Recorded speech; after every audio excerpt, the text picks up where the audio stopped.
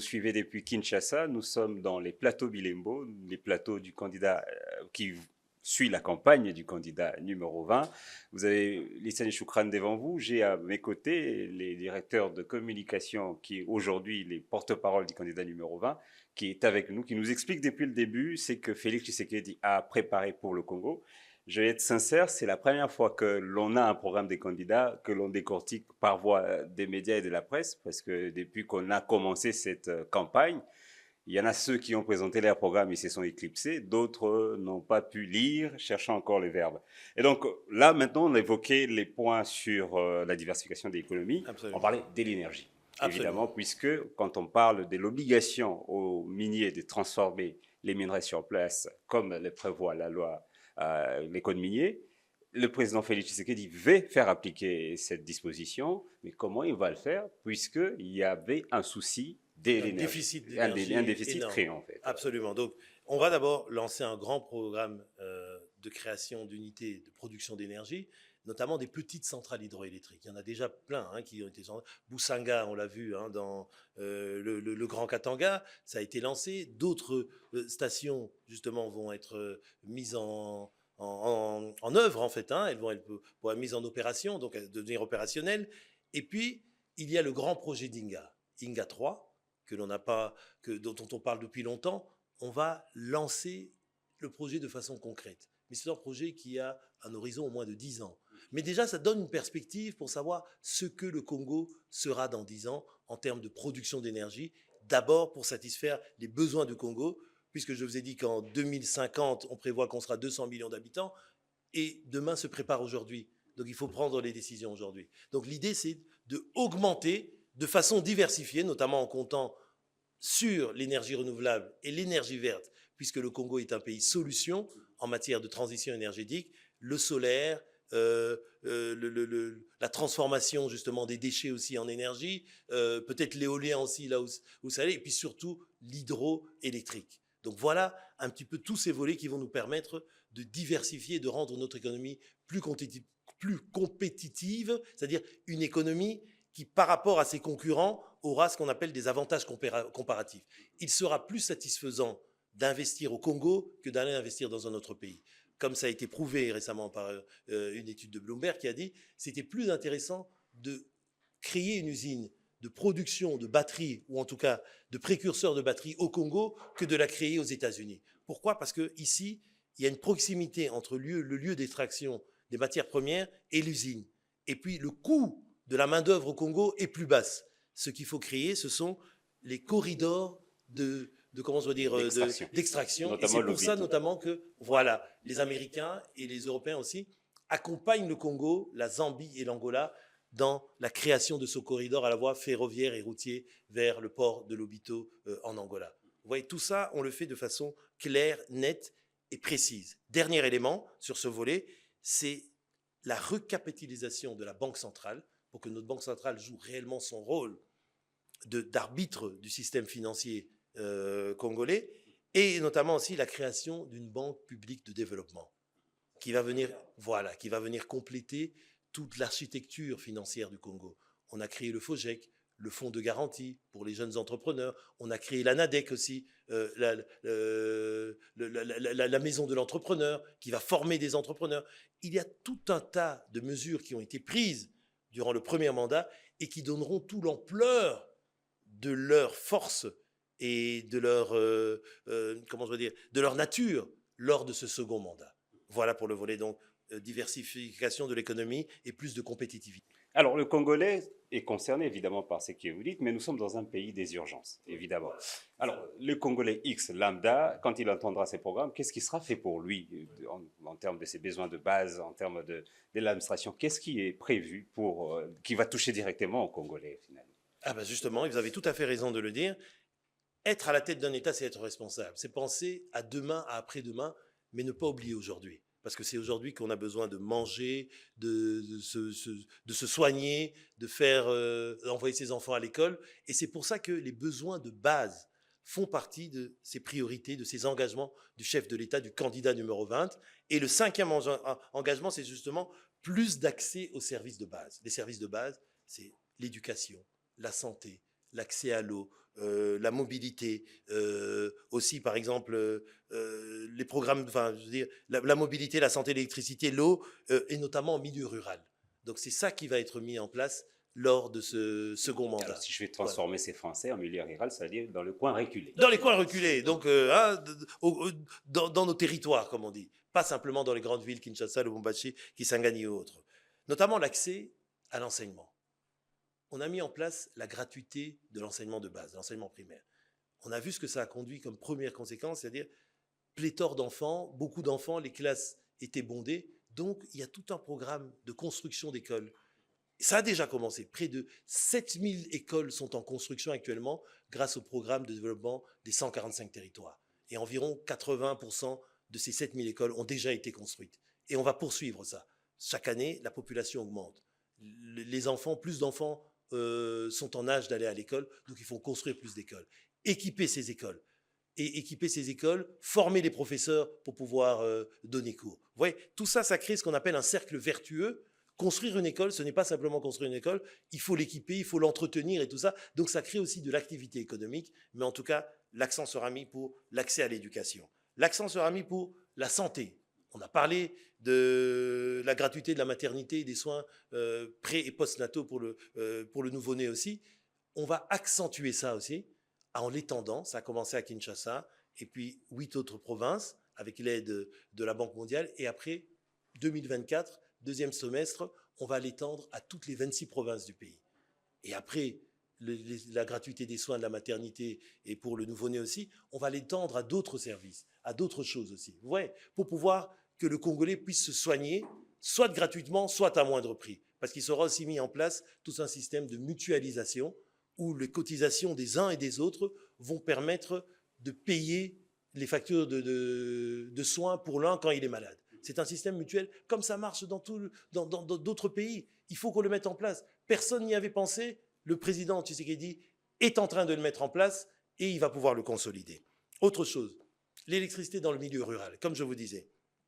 Il y a des grands projets comme Inga, ça prend du temps, mais avant d'arriver à Inga, il faut y penser déjà, mais avant d'arriver à Inga, on va créer tout plein de petites unités de production d'énergie, comme on dit. Il y a un terme qui dit off-grid, c'est-à-dire non raccordé au réseau central. C'est-à-dire un petit village, un petit territoire, on crée par exemple une station de panneaux solaires qui est en circuit fermé uniquement pour ce territoire. On crée un petit barrage hydroélectrique sur une rivière qui va fournir, je ne sais pas, quelques mégawatts. Nous ne sommes pas face à un chapelet de bonnes intentions finalement. Ce ne sont pas des bonnes intentions, ce sont des programmes. Il y a déjà les plans qui sont là. Les plans sont déjà pensés, l'argent est déjà, mis de côté. Il suffit que le nouveau gouvernement qui viendra après la réélection, comme on l'espère, du candidat numéro 20, mette ça en œuvre. Donc c'est des choses qui ont déjà été bien pensées. Ça avait été pensé déjà dans le premier mandat, mais tout n'a pas pu être mis en œuvre parce que vous savez les chocs auxquels a été soumis ce premier mandat. Comme je dis souvent, il y a eu 3 années utiles de 2021 à 2023 puisque les 2 premières années ont été bloquées par cette coalition un peu bancale qui était FCC et Cash. Cette fois-ci, c'est pour ça, vous me donnez l'occasion d'ailleurs de redire à nos téléspectateurs, ne jamais oublier que l'élection présidentielle est couplée aussi avec une élection législative au niveau national. Il faut donner la majorité au président pour qu'il soit élu, mais il faudra aussi lui donner une majorité parlementaire pour qu'il puisse avoir les moyens d'exercer sa vision, de mettre en œuvre sa vision. Voilà ce qu'il en est. Donc pour les services de base, comme je l'ai dit, accès à l'électricité, accès à l'eau en milieu rural, et il y a justement un programme de forage dans tous les territoires, notamment dans le cadre du PDL 145. Chaque territoire, et on l'a déjà vu, à Mupompa par exemple, quand on y était, des forages sont créés pour que chaque territoire ait son accès à l'eau. Voilà. Évidemment. Et donc, nous sommes les services de base, on parle des chefferies, des communes, des choses comme ça. Qu'est-ce qui est prévu pour l'arrière-pays, notamment dans vos programmes? Quand on parle des services publics plus efficaces finalement. Ah, des services publics, ça c'est le sixième engagement, les services publics plus efficaces. Justement, là c'est une bonne articulation de ce qu'on appelle la déconcentration et la décentralisation de l'État. Déconcentration, c'est-à-dire l'État central a des entités dans les territoires, la plus petite entité des concentrés, c'est le territoire, sous la direction de l'État central, et puis il y a décentralisation, c'est-à-dire c'est les provinces. des entités décentralisées. Alors, si C'est je comme ça. traduis un peu, parce que les Français est très dur ici, c'est-à-dire il serait beaucoup plus raisonnable dans ce programme que nous, un Congolais qui est à Malembankoulou, n'attende pas de venir à Kinshasa pour faire certaines démarches administratives. Absolument. C'est-à-dire, on va lui donner les moyens de se faire identifier, de se faire, comment je veux dire, d'aller à l'état civil là où il se trouve, c'est-à-dire dans le territoire là où il se trouve. Et on va donner des services publics efficaces dans ce territoire. C'est-à-dire qu'il pourra aller à l'administration pour remplir des documents. Il pourra même peut-être, à terme, peut-être déjà là à l'administration, demander, je ne sais pas moi, une attestation qu'il aurait fallu jusqu'à présent remonter à Kinshasa pour l'avoir. Quelque chose, je ne sais pas, de bonne vie et mœurs, par exemple, cette déconcentration de la justice aussi, c'est important. Qu'il y ait des tribunaux de paix, c'est quelque chose de très important pour pouvoir régler les problèmes dans les territoires. Les problèmes coutumiers, les problèmes de foncier aussi. Donc tout ça, on va en fait rendre l'État présent là où vit le citoyen. Parce que tous les citoyens ne sont pas à Kinshasa, au Lubumbashi ou à Kisangani. Les citoyens vivent là où ils sont. On va améliorer leur vie. C'est ça la vision. Améliorer la vie des citoyens là où ils vivent. Leur amener les services là où ils vivent. Qu'ils puissent, je veux dire, gagner leur vie là où ils vivent et que l'État soit présent. C'est-à-dire l'État, la police, la justice et l'administration publique là où se trouvent les citoyens. C'est ça, des services publics plus efficaces. Évidemment, service plus efficace. Nous allons voter le 20 décembre. Après, sûrement, le prochain président prêtera serment en janvier. Alors, qu'est-ce qui va être fait? Parce que nous avons cité toute une litanie des programmes, des prévisions. Quand il entre en fonction, si on l'espère bien évidemment, qu'est-ce que le président aura comme priorité? Quels sont les programmes qui seront prioritaires dès qu'il commence? Puisque tout ça, évidemment, s'étend sur 5 ans, c'est qu'on vient d'évoquer. Les Congolais aimeraient bien avoir une projection, c'est-à-dire une projection concrète. Qu'est-ce que le président fera le premier jour où il ira au bureau? Quel est le programme qui sera appliqué? Le premier jour, je ne sais pas, parce que Oui. ça dépendra. Mais en gros, on parle de PDL, on parle des chaînes de valeur, on parle des villes assainies, mais concrètement, ça sera comment? Non, moi, ce que je peux vous dire, c'est que d'abord, il faut comprendre une chose, c'est que comme on le demande, que la population fasse confiance au candidat numéro 20, quand il sera élu le candidat numéro 20, lui, il n'aura pas besoin d'un temps de rodage. Il a déjà été président durant 5 ans, donc il sait comment ça fonctionne. Donc il sera directement, je veux dire, à la manœuvre. Il n'y aura pas justement ce temps de latence, comme on dit, un président, non, il faut que les équipes se mettent en place. Il pourra directement travailler. Attendre les résultats, bien sûr, de législatives, les discussions politiques pour former une nouvelle coalition, bien sûr, mais il pourra déjà travailler puisqu'il aura un cabinet, il aura un gouvernement sortant qui sera encore en place. Et qu'est-ce qu'il va faire en premier? Mais vous voyez ça même dans l'ordre de ses priorités. Quelle est la priorité des priorités? Il y en a deux, moi, je dirais. La question de l'emploi, donner espoir aux Congolais, redonner la dignité à la jeunesse congolaise, c'est-à-dire mettre en œuvre immédiatement les premières mesures pour la création d'emplois. Que les Congolais sentent que non, voilà, mon enfant a commencé à trouver un emploi, mon enfant a commencé à travailler. Donc mettre très vite pour qu'elles soient opérationnelles le plus vite possible, les mesures sur l'emploi. Et le second volet, c'est le volet bien sûr de la sécurité et de la défense. On verra comment les choses évoluent. Est-ce que nos agresseurs vont enfin comprendre? Est-ce que la communauté internationale va enfin exercer la pression qu'il faut pour que l'on n'aille pas à un conflit armé entre le Congo et le Rwanda? Donc il y aura aussi des décisions difficiles et très importantes à prendre dans ce domaine-là. Mais pour pouvoir prendre des décisions aussi importantes, il faut un homme qui a l'expérience d'avoir déjà exercé ça. Un homme qui est respecté par ses pairs internationaux. Un homme qui peut prendre le téléphone, téléphoner au président Biden et il l'écoute et il lui parle. Et pas quelqu'un qui vient comme ça par hasard, qui appelle et Biden dit « Mais c'est qui là? Non, c'est le nouveau président du Congo. Ah bon, qu'il attende, je le recevrai demain. » Ouais. Donc, on a besoin d'un président qui soit directement en fonction. Et seul le candidat numéro 20, Félix-Antoine Tshisekedi Tshilombo, a cette capacité et a cette stature. Est-ce qu'il n'y a pas de candidats qui vous font peur aujourd'hui? Non, la peur n'est pas quelque chose, n'est pas un sentiment que nous avons. Au contraire, nous sommes dans la joie, mais une joie raisonnée. C'est-à-dire que rien n'est gagné d'avance. Mais l'échec n'est pas une option. L'échec n'est pas une option. Quand vous jouez une finale, vous êtes là pour la gagner. Vous n'êtes pas là pour jouer simplement et faire figure, participer. Non, on est là pour gagner. Et surtout que l'on sait qu'on a les arguments pour gagner. Et on en a parlé tout au long de cette émission. Il y a un bon bilan et il y a des bonnes projections, des vrais engagements. Bien sûr que tout n'a pas été réalisé. Il y a une humilité, on reconnaît, on aurait voulu faire plus, mais tout n'a pas pu être réalisé. Pourquoi? Parce que la conjoncture mondiale, on l'a expliqué, la crise entre FCC et Cash, le Covid, il n'y a eu que véritablement 3 années utiles où le président a pu déployer sa vision et son action. Mais déjà en 3 ans, ce qu'il a fait, c'est magnifique. Personne ne l'avait fait avant pour le Congo. Ce président, ce qui le détermine, ce qui le qualifie le plus, c'est son amour pour le Congo et son amour des Congolais. Il aime ce pays et il veut que ce pays se développe. Et c'est pour ça qu'il investit dans le capital humain, parce qu'il sait que ce pays, il ne va pas le construire tout seul. Lui, il donne la vision, mais ce sont les Congolais qui vont le construire. Et pour que ces Congolais, justement, ces humains, hommes, femmes congolais, jeunes, vieux, pour qu'ils le construisent, il faut qu'on leur donne des conditions favorables à développer leur pays, c'est-à-dire une bonne santé, une bonne éducation pour la jeunesse, une bonne formation, des bonnes infrastructures, accès à l'eau, accès à l'électricité, la mobilité, pour qu'ils puissent donner pleinement leur talent. On sait qu'il y a beaucoup de talent ici au Congo. On a une jeunesse florissante, une jeunesse qui a plein d'idées. Et c'est normal, nous sommes 100 millions d'habitants.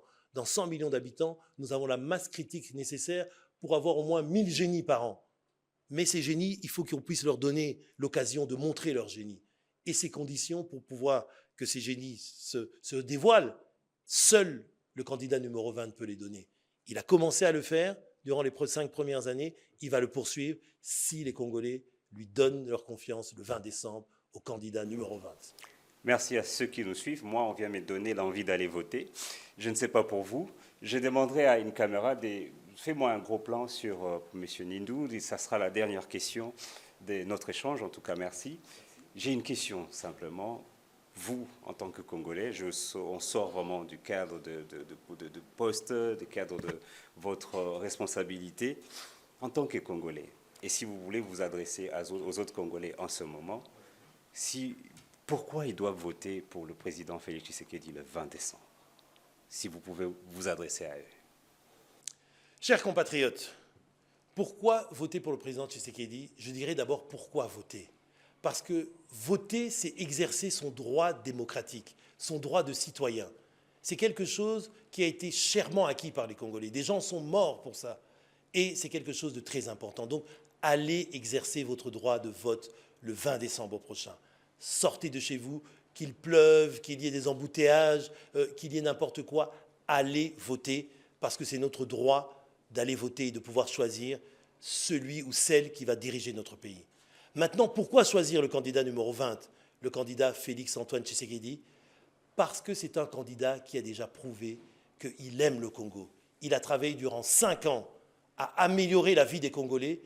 Donnez-lui un second mandat, 5 ans de plus, et vous verrez que le Congo est sur une bonne trajectoire de développement. On ne va pas tout recommencer à zéro. On ne va pas jeter à la poubelle les 5 premières années de ce qui a déjà été construit. Mobilisons-nous, allons voter le 20 décembre pour le candidat numéro 20 et pour améliorer notre vie et la vie de nos enfants. Congolais, Congolaises, c'est quelque chose de très important. Ne croyez pas que c'est déjà gagné d'avance. Au contraire, mobilisez-vous le 20 décembre pour voter pour le candidat numéro 20 et pour lui donner aussi une majorité parlementaire. Merci. Merci à vous, Monsieur Éric Ndour. Je rappelle que vous êtes le porte-parole du candidat numéro 20, qui est le président sortant, Félix-Antoine Tshisekedi Tshilombo. Ça a été un grand plaisir de vous recevoir sur ces plateaux. Un plaisir partagé. C'était le plateau Bilembo depuis Kinshasa. Nous avons évoqué aujourd'hui le programme du candidat numéro 20. Ça s'intitule « Allons-y ». C'est disponible sur Internet. On va aussi les publier tout à l'heure sur nos plateformes. Moi, je termine aujourd'hui. J'ai remplacé ma consoeur Rachel, qui va vous retrouver dès les prochains jours pour continuer ces plateaux. Et mon dernier message, ça serait, on attend, peut-être que c'est le premier exercice dans lequel un candidat s'élance. J'espère que d'autres vont s'élancer. J'attends un candidat spécifiquement pour qu'il vienne expliquer aussi ses promesses faramineuses, celles notamment de transformer les Congo central en Monaco. Pour les autres, vous allez nous retrouver en ligne. Nous sommes toujours disponibles. Bilembo, nous couvrons la campagne du candidat numéro 20. Nous le suivons un peu partout. Dans les prochaines heures, vous suivrez mon amie, ma consoeur Rachel, qui va revenir sur l'actualité électorale et puis qui va recevoir la ministre du Plan pour vous parler effectivement de la deuxième partie de notre première émission sur les PDL 145 territoires. Bien, merci à vous. C'était Litsani Choukran depuis les plateaux des Bilembo à Kinshasa. Au revoir, on se voit bientôt. Merci beaucoup, Zitsani. Merci aux téléspectateurs. Merci.